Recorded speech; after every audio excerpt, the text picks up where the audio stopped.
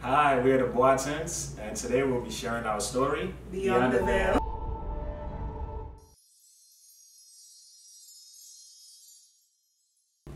So the first thing we would like to start with today is the planning of the wedding. So I'm going to be asking my wife a series of questions, and then she's going to answer some, and then she will do the same for me also. I'm going to need you to answer the same questions too. Oh yeah, no problem. Just get both perspectives. Oh, okay. Got it. So in one word, describe your wedding planning experience. In one word, it was a breeze. That's good. What about you? In one word? For me, it was fun, and mainly because it was such a big event, and you know, getting a chance to work with everybody, including the planners, our family members, and friends and loved ones. We had a great time doing it. So, yeah, for sure. What was it a breeze for you? For the white wedding, it was a breeze. Okay.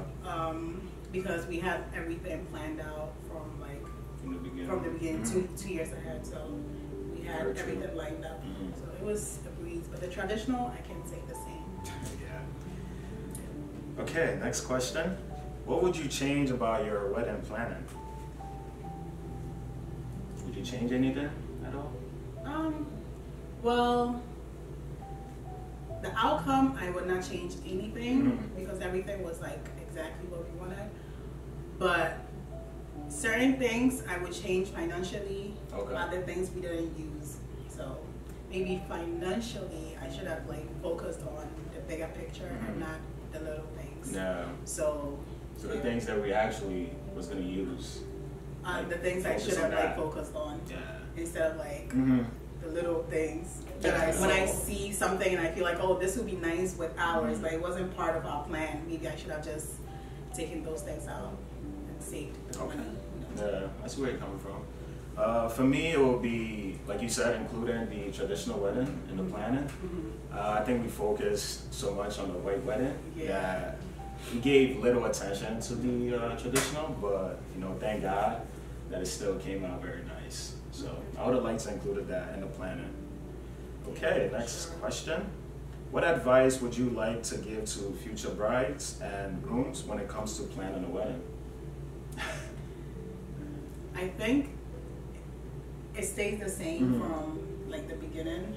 After the wedding, I've been saying that it's a one-day event and things will not go perfect. So just enjoy your day as much as possible because it's gonna fly by like this, like literally within like a snap of a finger, everything is done.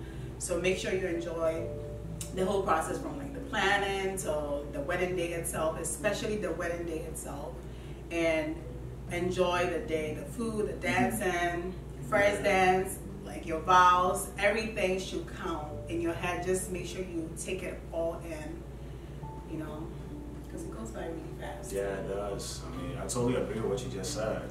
The other thing I wanted to add to that is, you know, just try to be a team. So the bride and the groom. I think a lot of people feel like the wedding is mainly for the bride. But you know, sometimes the groom may have an input on certain things. So it's very important that you guys, you know, work as a team because this is an event for both of you guys, you know. So the guys get involved, ask questions, give suggestions. Don't just sit back and let your wife take care of everything. So, all right, next question. What were some of the biggest challenges you both faced through the wedding planning journey? And what did you learn from that challenge?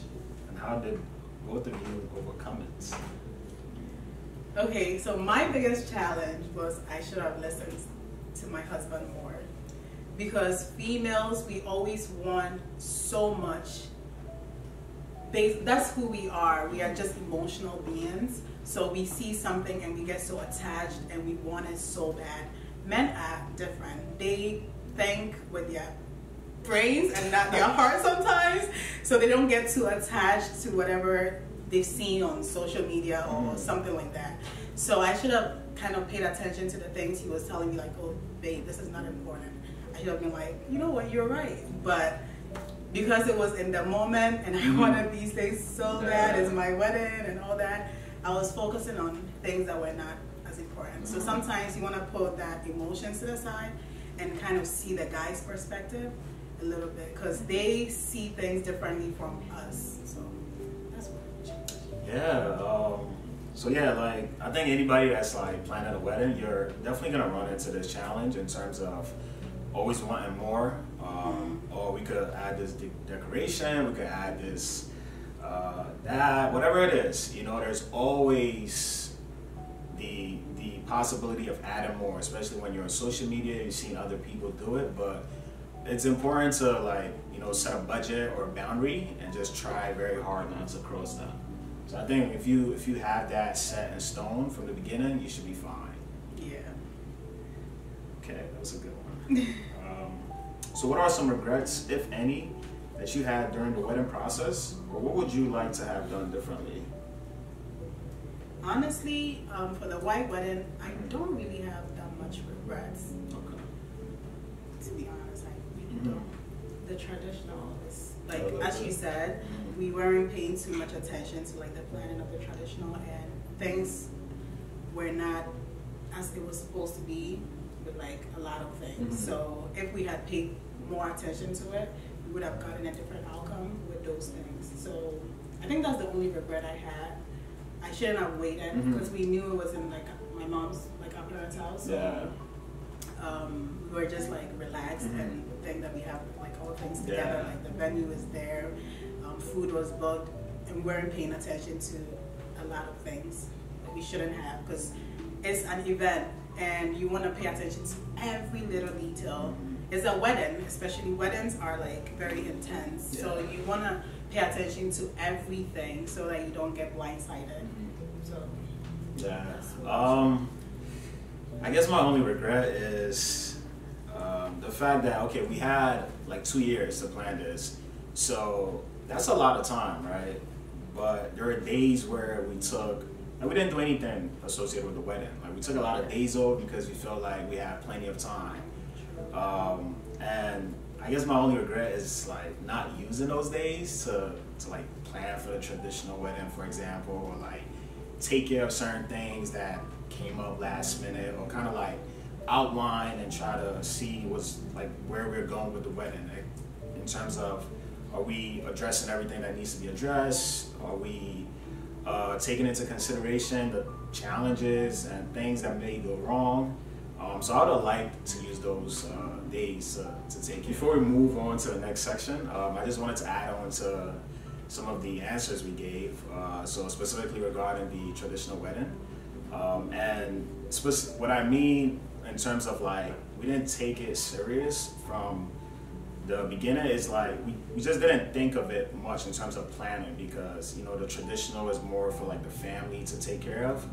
But at the same time, we wanted to be involved with the planning, because, you know, our parents, they have their own perspective of things, and so do we.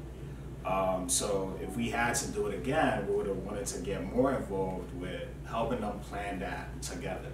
Right, because I feel like my parents especially, they winged it in the sense that they've been doing this for so long, and as long as you have like the speaker, like the MC, everything is gonna fall into place. But that's not the case, because we both had to like have places to get ready, our outfits together, our team, like the bridesmaids and groomsmen, their outfits and all that together, and like all the little things, you know, we didn't take it into consideration, like the photographer, videographer, and the MC, the people cooking, decorations and stuff. We waited till the very last minute because we were thinking it was just a home thing.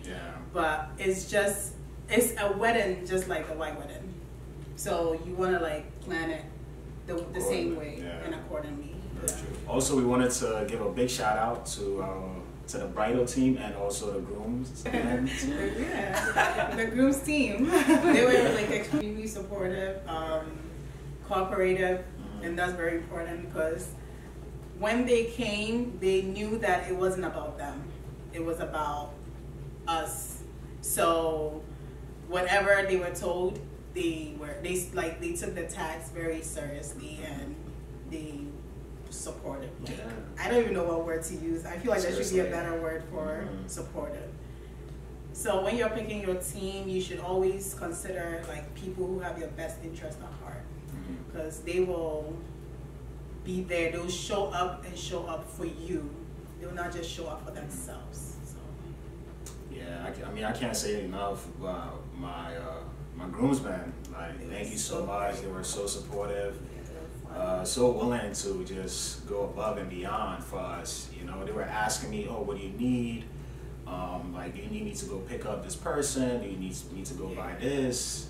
You know, so really, really appreciate it. You know, and then they had to like buy things for the wedding. No questions asked at all. Like once you tell them, they just be like, "Okay." It was great.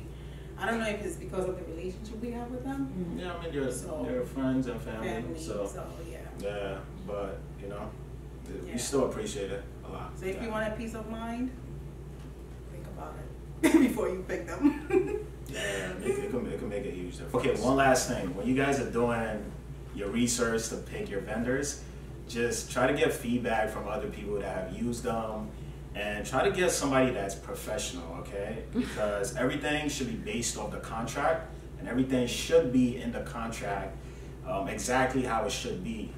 Because on the day of the wedding, things come up, things could change. For example, COVID impacted a lot of weddings. So if that wasn't addressed in the contract, you know, they could come back later and say, "Oh, you know, because of COVID, we want to charge you extra," for example. So just please take all of these things into considerations, because you're dealing with humans, you know, so it's possible they can make mistakes, you know, so. Yeah. And always, like, if they change our contract last minute, it's unacceptable, because you signed an initial contract and that's what goes off, right? Yeah. So you can't just come back and tell me that, "Oh, maybe I had a death in my family, so my rates went up," or something. You can't come up with no excuses. Like, we signed a contract and we're sticking with that contract. It doesn't matter if you're my uncle or my family member. We have to stick with it. Sheesh. She don't play. She don't play.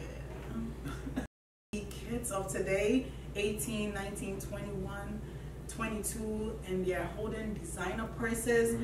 And it's not just one, like 5 different purses each photo.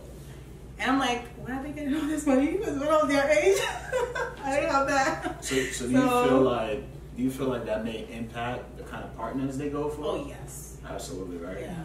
They'll go for scammers and drug dealers and people with money coming from like strange places, illegal places. So. Yeah.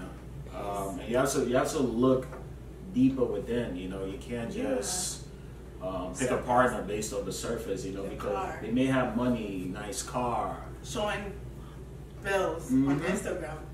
But like, what kind of person are they once you guys are like living together, or like once conflict comes up?